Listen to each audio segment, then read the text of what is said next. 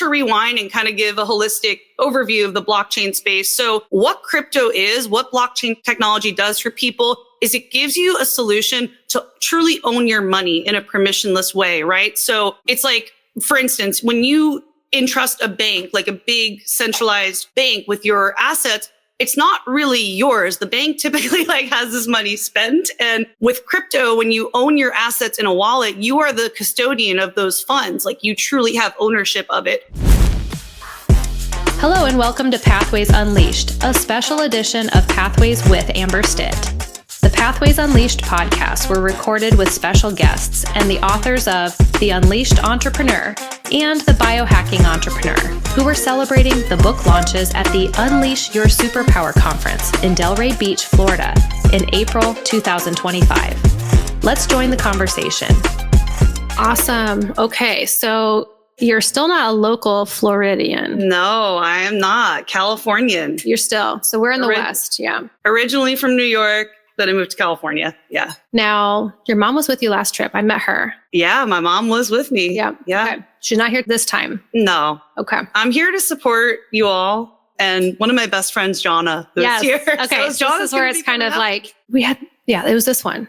Yep. Impact entrepreneur. Okay. So this is where I met Rachel last year. And it was so tough because I kind of geek out. I'm like a wannabe Web3 person. So when I hear that you're involved into that, but it's kind of like a hard thing to shake out. A lot of people can tune it out and not understand it. So we're going to get to a little bit of that, I think, today, maybe. Okay. Yeah. Happy to dive in. But the reason I brought up your mom is you putting together a chapter of a best-selling book. You talked about your father, and that was something that I remember. We were on a panel and we were talking about putting things into motion for him on behalf of him. And so I think there's bringing some legacy to our conversation is celebrating your book, but then also it's kind of like legacy. And then you're also going to the future more than most people understand and doing some really cool things for the world. So not to give you just a dropped bomb, but I've been doing that to a lot of people today. I know.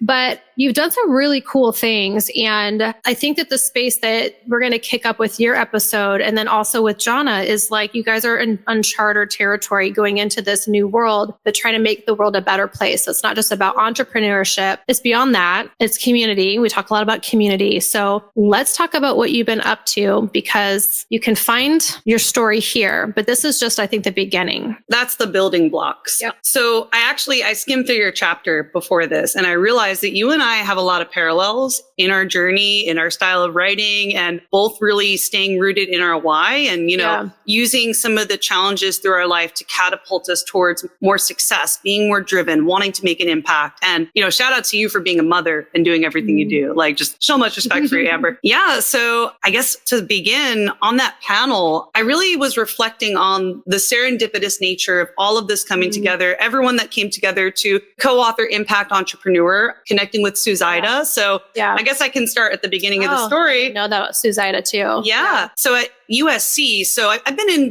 the blockchain industry for several years, and I've had the opportunity to do educational workshops at some universities and colleges. So I was doing one at USC, and this is a month after my father passed away. And I was trying to just stay active in my career, continue pushing to do what I was doing.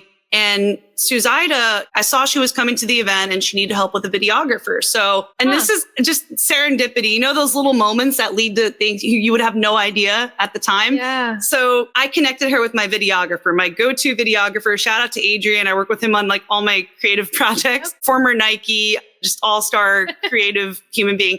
So connected her with him. And I had no idea that tiny decision, just helping, I didn't know Suzaida. We were just in the circuit of this event at USC together, connected her with my videographer. She approached me, I think, after I gave my workshop at USC. And she's like, Rachel, I think you'd be perfect for this book. I think there's one more spot left. I need to connect you to my mentor. Her name is Wendy. Do you want to become a published author? And I'm sitting here just blown away because this is a month after my father passed away, Amber, and his lifelong dream was to become a published author. I'm getting chills. I always get chills when I tell this story. I know. Can I just talk to you about the hard stuff first? Let me drum up. Let me just pull it out of we'll get to what I've been doing for the past year. But just to lay the foundation of what this book means to me. But also the community and like strategic partnerships isn't always about money. Exactly. It can be, okay, so legacy fulfillment too is a big thing. My dad had this lifelong dream and he wrote multiple books. He was the creative person always firing off the ideas, but when it came to publishing, getting it out, execution, it's easier for us now, right? Because he was the creative, like bleeding heart artist, you know what I mean? So I actually have his books, and one of my life goals now is I would love to get those books published for him and also embark on my own solo book journey as well. So doing this was really giving me a glimpse into what's possible. And also when you're writing a book, the deadlines are important. Working with a group helps to motivate you. And that really was important for me. So shout out to Wendy and Patricia for the whole program they put together. It's brilliant. So yeah, it really was a life-changing big milestone in life. I was having a tea ceremony with the CEO, the US CEO of L Bank, like a couple weeks ago. And I told him about this. He was like, Rachel, what you've done, this is like, some people never do this in their life, It's a tea ceremony. So I want to picture this. Yeah. Hot tea? So hot tea. Okay. I'm guessing it's all natural and yummy, good all good natural. Stuff. Yeah. We went to this spot. It was really just lucky find, a hole in the wall in Berkeley. And it really had all this different Chinese like this painting on the table of like the Confucius period. And yeah, just they went really deep into the different teas. And I will say, because of the industry I'm in, I have had a lot more exposure to the APAC regions. And I didn't tell you this, but I lived in Japan for a little bit last year. So, oh no. So I think there's some of that. You've been studying different walks of life for a while. I would say that I have been showing up consistently in our industry. And that has brought me to different places where I've had the pleasure of experiencing these different cultures. Japan, Thailand. I'm going to Dubai this Friday. It is all because of blockchain. Because they have use cases in different countries, and that's where people don't. So maybe we break it down and talk a little bit about Web3 even. I would love that. I could talk about I think are scared about it. So if you can like book for dummy it, because we got to lean into it just like AI. And I think sometimes people go, oh, it's here. Mm-hmm. Yeah. So and it's amazing. So I want to know about, Japan is one of those countries that so many of my friends have traveled to in this last 12 months. Everyone's like, that is my favorite country. Yeah. There's like some paperwork I filled out coming in, asked favorite food. Yeah. I put Japanese because I marked Chinese first and I was like, oh no, there's Japanese. Yeah. Yeah. The cuisine in Japan is just, it kind of spoils you. And then you come back to the US. This episode of Pathways has been brought to you by Owl. Owl gives you access to new networks and valuable contacts, otherwise unreachable without a referral. Get in touch instantly in real time on a private one-on-one audio call. Search through vetted professionals to connect with the people you are looking for. Download the Owl app today and expand your reach.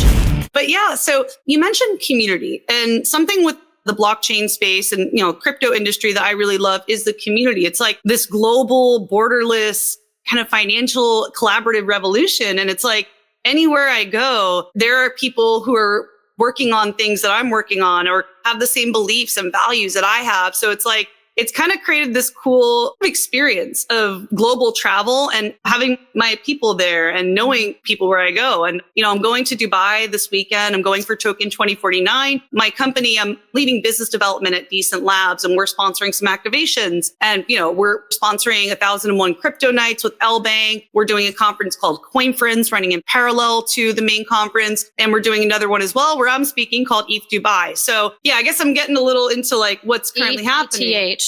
Yeah, like Ethereum. Okay. Yeah. So I guess just to rewind and kind of give a holistic overview of the blockchain space. So what crypto is, what blockchain technology does for people is it gives you a solution to truly own your money in a permissionless way, right? So it's like, for instance, when you entrust a bank, like a big centralized bank with your assets, it's not really yours. The bank typically has this money spent. And with crypto, when you own your assets in a wallet, you are the custodian of those funds. Like you truly have ownership of it. And the idea of that has always fascinated me because the US dollar is a deflationary asset, right? It goes down in value over time. What I love about Bitcoin is that it's not. So it has gone up significantly in value over time. I think right now we're at over $90,000 and we hit a major milestone this year and broke past $100,000. So Bitcoin has reached all-time highs recently. And I'm more of the mindset of focusing on the impact in the industry over the price and chart. There are people who really watch the charts and are looking for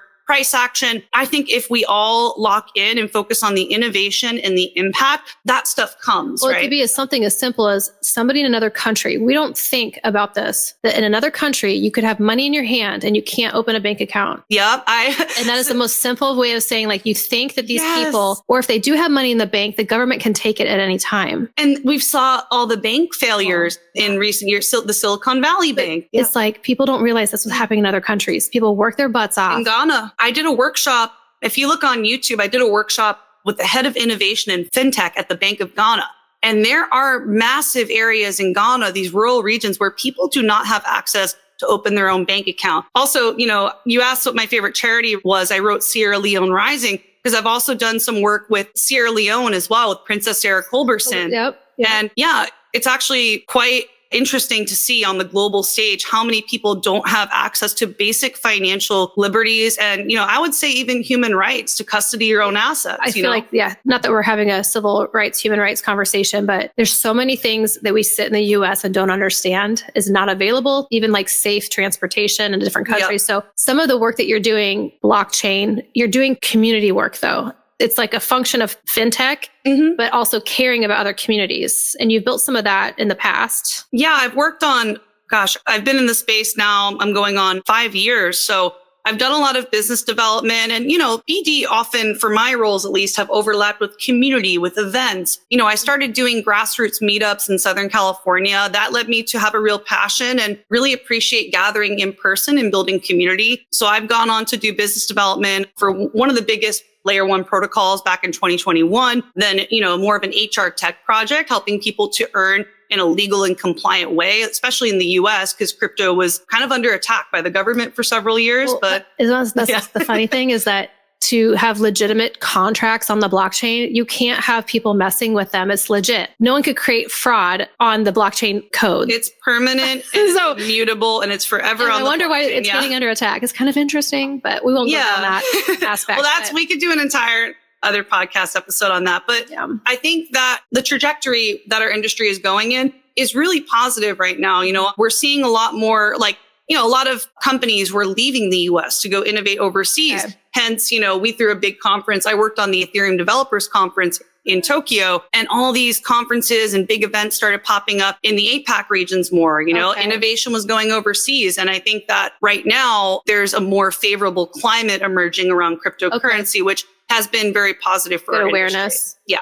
Okay. All right. So you're going to Dubai. You live in California, but you talked about borderless. It's like literally reframe your brain to think we can go anywhere and work and really create an impact anywhere. We can do that. And I think that's really what we've been seeing all day today with the different episodes is trusting yourself, getting back to the core. Like I think you talk about really doing what you love and then giving that, creating the impact with it. So community, we're calling it, but it's not just like friendship and networking. It's like literally changing lives. It's building too, building. And, when I talk about this borderless community, it's also a new global economy emerging, the global on-chain economy. And it's really fascinating to see, I mentioned a little bit earlier that I'm working with Base and Coinbase as well. And today, actually, after this, I'm doing a live stream on their Build on Base account. So one of the things we focus on for this is empowering creators too. A lot of the beliefs and philosophies behind what Base and Coinbase are doing is, that the internet is broken, the creator economy is broken, incentives for creators that are making content is broken.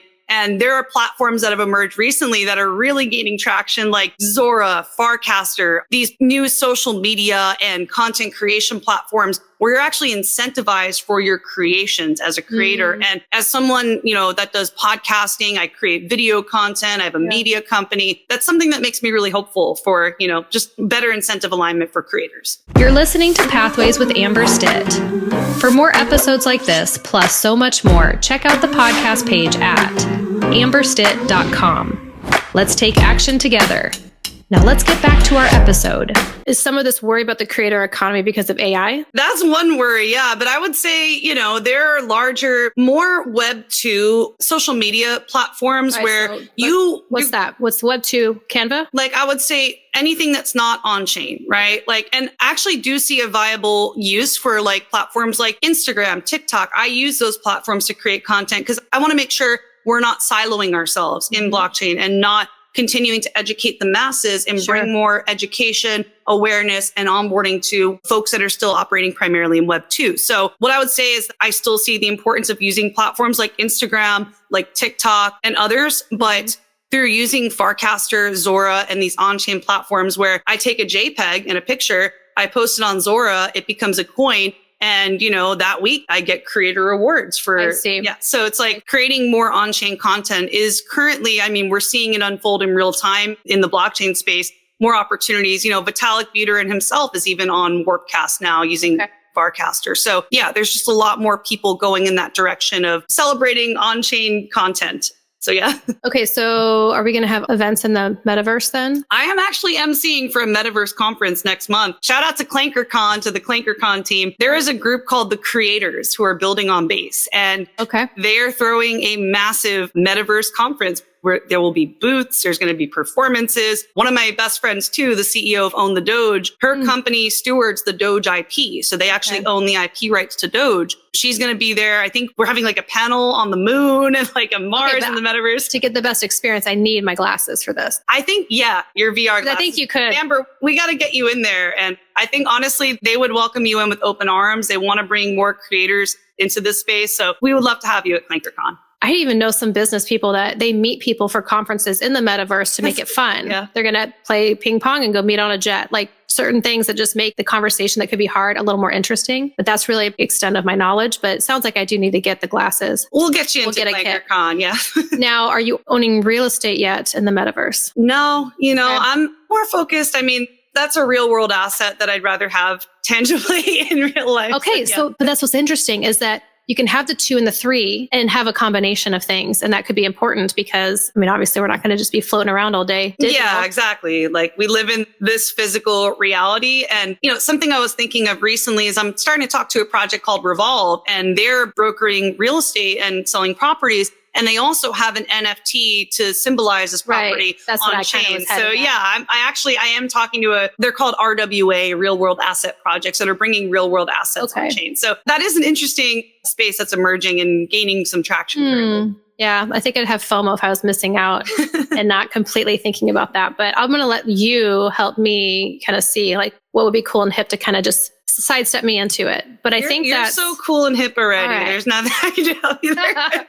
Okay, so there's a lot going on. How do people connect with you and find you? Because it sounds like it's going to be hard to find you. You're all over the world. But how do you want to connect with people? Well, you can connect with me on LinkedIn, Rachel Brissenden. You can connect with me on any of my socials. I made it easy. It's all at rachelonchain. I'm primarily active on Twitter, on Instagram as well. So yeah, Twitter, Instagram, and LinkedIn are where I'm most active. And also, some of these new on-chain platforms like Farcaster and Zora, I'm also on as well. So okay, so I feel like that's what I need to put in the show notes, because people that might want to tiptoe into that, we need to show them what's up. If you're interested in getting more into, the on-chain space, the new creator economy, kind of understanding blockchain culture, I think those are places where things are happening right now. So yeah. Is there anything else you want to share before we wrap up and go hang out for our couple days? Sounds like you're jet setting out of here pretty quick. I have to go on Friday. I just want to say I'm so grateful for you having me on today. I came out here to support you all, to support one of my best friends, Jonna, who is here, and,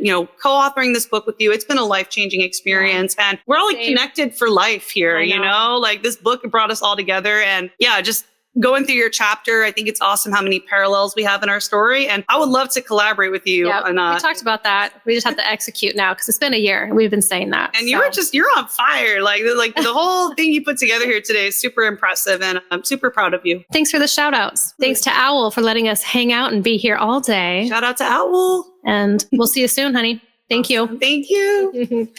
Thank you for joining us for this special edition of Pathways Unleashed, recorded at Owl headquarters here in Delray Beach, Florida. Join us for more powerful conversations with real people who dare to design life on their own terms. Until next time, keep taking action on your unique path.